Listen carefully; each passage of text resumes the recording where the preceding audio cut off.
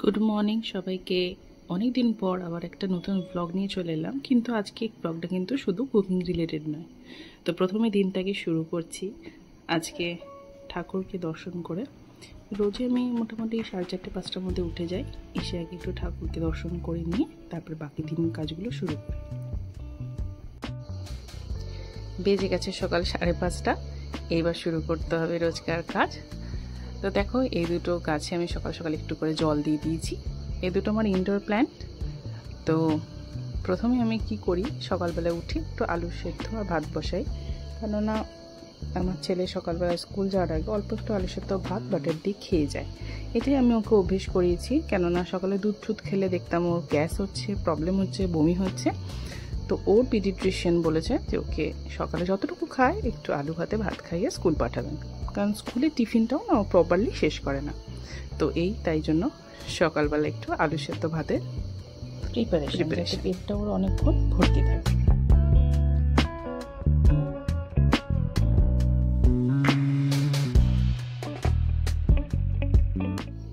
এবার জলটা ঢেলে দিই, ঢেলে প্রেশারের মুখটা বন্ধ করে গ্যাসে বসিয়ে দিয়ে আমি ওর টিফিনের জন্য প্রিপারেশন নেব। টিফিন খায়ও খুব কম, আমি খুব বেশি টিফিন দিইও না, তবু যতটুকু হোমমেড খাবার সকাল সকাল করে দেওয়া যায় তারই আমি প্রিপারেশন নেব। মোটামুটি আগের দিন রাত্রে ওর সাথে একটা কথা হয়ে যায় যে কি আমি বানিয়ে দেবো। তো আজকে বলেছিল মা একটু প্যানকেক মতো বানিয়ে দেবে, সাথে স্ট্রবেরি সস দেবে। এবার প্যানকেক বলতে আমরা বাংলায় যেটা বলি গোলা রুটি, সেই টাইপেরই। সুজির পরিমাণটা আমি একটু বেশি দিই, আর ময়দাটা খুব অল্প দিই, চিনিটাও খুব অল্প দিই, যেহেতু স্ট্রবেরি সসে না অনেকটা মিষ্টি থাকে। তো এখানে আমি বড় হাতার 1 হাতার মতো সুজি নিয়েছি, আর হাফ হাতার থেকেও কম পরিমাণ ময়দা নিয়েছি, আর চিনিতে দেখলে 2 টিস্পুন। ব্যাস একটু জল দিয়ে সামান্য একটু নুন দিয়ে এটাকে একটু গুলে আমি কিছুক্ষণের জন্য রেখে দেবো, যাতে বেশ সুন্দর সুজিটা ভিজে নরম হয়ে যায়। তারপরে আমি প্যানকেকগুলো চটপট করে বানিয়ে নেব। আমার কিন্তু এই প্যানকেক ছাড়াও এর মধ্যে ডিম দিয়ে, পেঁয়াজ কুচি, লঙ্কা কুচি, ধনেপাতা কুচি দিয়ে যেটা ঝাল ঝাল প্যানকেক হয়, সেটা খেতে দারুণ লাগে। অবশ্য ওতে আমি একটুখানি সুজির পরিমাণ কম দিয়ে ময়দাটা বেশি প্রেফার করি, আর জল দিয়ে গোলার পরিবর্তে একটু দুধ দিই। তাহলে কি হয়, বেশ নুন নুন ঝাল ঝাল লাগে আর সফটও হয়।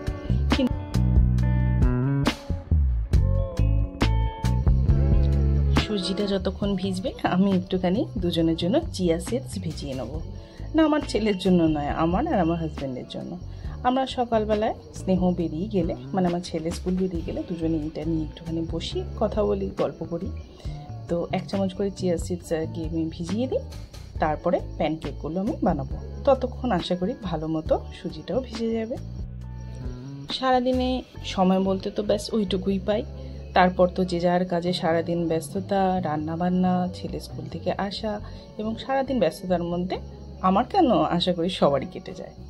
তো চলো এবার প্যানকেকগুলো বানানোর পালা। আমি ননস্টিকের তাওয়াতে সামান্য একটু ঘি দিয়ে নিলাম। ছেলের ক্ষেত্রে আমি অলওয়েজ ঘিটাই প্রেফার করি, আর আদারওয়াইজ আমাদের ক্ষেত্রে একটু সানফ্লাওয়ার অয়েল ইউজ করি। ঘিটা আমি একটু ব্রাশ করে নিয়ে 2 হাতা মতো দিয়ে দিলাম। এবার এটাকে আমি সিম আঁচে আস্তে আস্তে আস্তে আস্তে বানাবো, যাতে সফটও থাকে অথচ কাঁচাও না থাকে।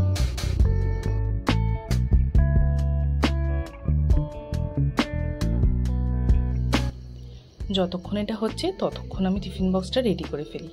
এই ছোট্ট বক্সটাকে স্নেহ বলে বেবি বক্স।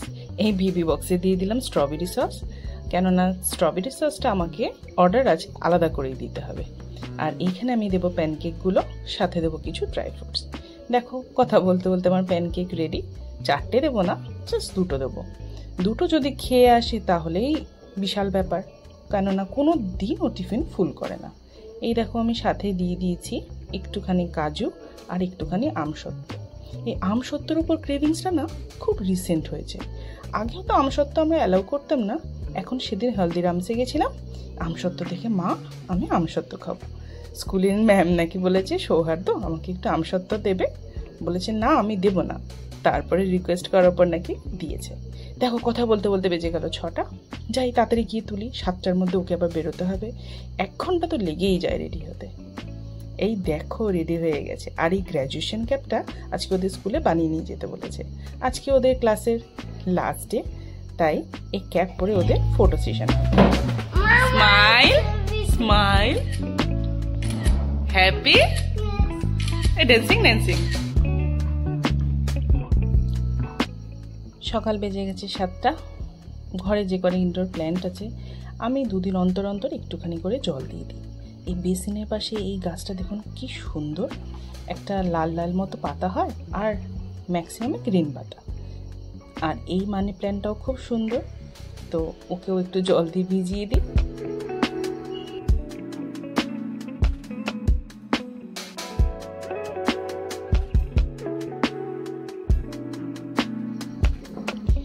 এইবার নিজে চলে এলাম, এসে করবো এবার আমাদের নিজেদের ব্রেকফাস্ট। আজকে না একটুখানি সুজির উপমা খেতে খুব ইচ্ছা করছে, তো সুজিগুলোকে একটুখানি শুকনো খোলায় ভেজে নিচ্ছি বেশ লাল লাল করে। আর পাশে হচ্ছে ডিম সেদ্ধ। ডিম সেদ্ধটা আমি মোটামুটি রোজই খাই। তো সুজি লাল লাল করে ভাজার পর কড়াইতে খুব অল্প তেল দিয়ে গোটা গরম মশলা ফোড়ন দিয়ে দিচ্ছি একটুখানি পেঁয়াজ। পেঁয়াজটা আমি অল্প একদম নাড়াচাড়া করব, খুব লাল লাল করে ভাজবো না। তেলটাও দেখেছো খুব সামান্য পরিমাণে আমি দিয়েছি।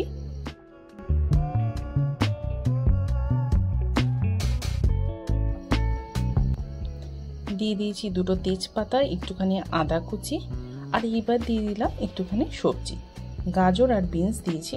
কোনো আলু ড্রাই ফ্রুটস এখানে আমি কিছু দিচ্ছি না, কেননা যতটা কম তেলে রান্না করা যায় সেটাই আমি রোজকার জন্য চেষ্টা করি। তো এইগুলো একটুখানি নুন দিয়ে একদম ঢাকা দিয়ে দিয়ে নরম করে নেবো। ছাকা তেলে কিন্তু আমি মোটেই ভাজছি না।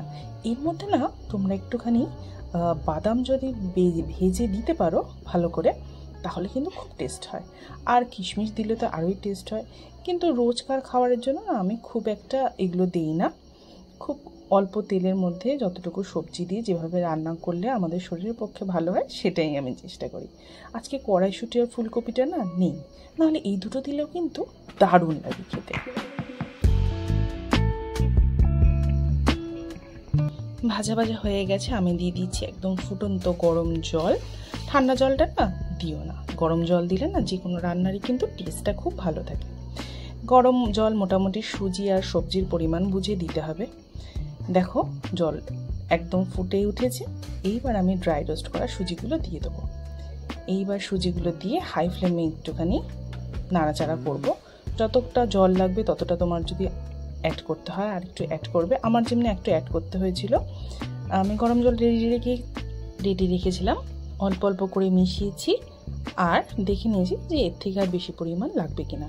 এটা না একটু ঝুরঝুরে হলে খেতে বেশি ভালো লাগে, একদম বেশি পরিমাণ জল দিলে একদম কাদা কাদা হয়ে গেলে না ভালো লাগে না। এরপর আমি এর মধ্যে কুচনো কাঁচা লঙ্কা দিয়ে দেবো আর পরিমাণ মতো নুন আর মিষ্টি। যেদিন মনে করবে আজকে একটু চিট ডে করবো, সেদিন একটু বেশি পরিমাণে ঘিও দিতে পারো। আর তার সাথে ওই যে বললাম ভাজা বাদাম, কাজু এবং কিশমিশ, উফ দুর্দান্ত লাগে। আমার কিন্তু এটা খেতে খুব ভালো লাগে। ও সরি, একটা জিনিস বলতে ভুলেই গেছি, এর মধ্যে কিন্তু আমি একটু কারি পাতাও অ্যাড করেছি। কারি পাতা ছাড়া এই জিনিসটা যেন ভালোই লাগে না আমার। দাঁড়াও তোমাদের একটা জিনিস দেখাই। আমাদের 3 তলার জন্য আজকে এসছে পর্দার সেট।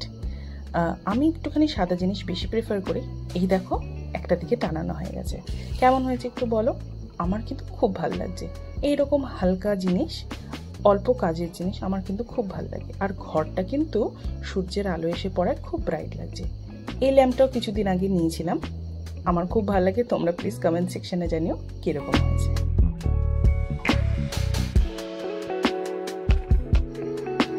এর মাঝখানে আমরা দুজনে চলে গেছিলাম একটু স্পেন্সার। সামনে ছেলের বার্থডে আসছে, স্কুলের বন্ধু আর ওর এমনি বন্ধুদের জন্য কিছু রিটার্ন গিফটসের জন্য কেনাকাটি করতে গেছিলাম। এই দেখো 3 ব্যাগ ভর্তি করে সব জিনিস কিনে নিয়ে এসেছি। ওই দেখো কথা বলতে বলতে বেঁচে গেছে একটা, চলে এসছে বাড়িতে আমার শ্রীমান। এইবার উঠেই বায়না, মা আমি লিফটে করে যাব। ঠিক আছে চলো। লিফটের দরজাটা খুলে বললাম চলো ভেতরে। একদিন না ও লিফটে আটকে গেছিল, সেই থেকে আর একা একা উঠতে ভয় পায়। তো একদিকে ভালোই হয়েছে বলো, এইটুকুনি বাচ্চা লিফটে একা একা করে গেলে কিরকম ভয় লাগে না। দরজাটা দিয়ে দিলাম, এক টিপি দিলাম, চলে যাব ফার্স্ট ফ্লোরে। এইবার আমার রুটিন, ওর স্নান করানো, খাওয়ানো, ঘুম পাড়ানো সব পরপর চলতে থাকবে। আর দম ফেলার এতটুকু সময় পাবো না। কাল থেকে আবার ফাইনাল এক্সাম শুরু, সন্ধ্যাবেলায় পড়তে বসা তো মাস্ট। চলো দেখা হবে আবার পরে অন্য ব্লগ নিয়ে। আপাতত আজকের জন্য এইটুকু। সবাই খুব ভালো থেকো, সুস্থ থেকো। আর প্লিজ কমেন্ট সেকশনে লিখে জানিও কেমন লাগলো তোমাদের এই ব্লগটা। টাটা।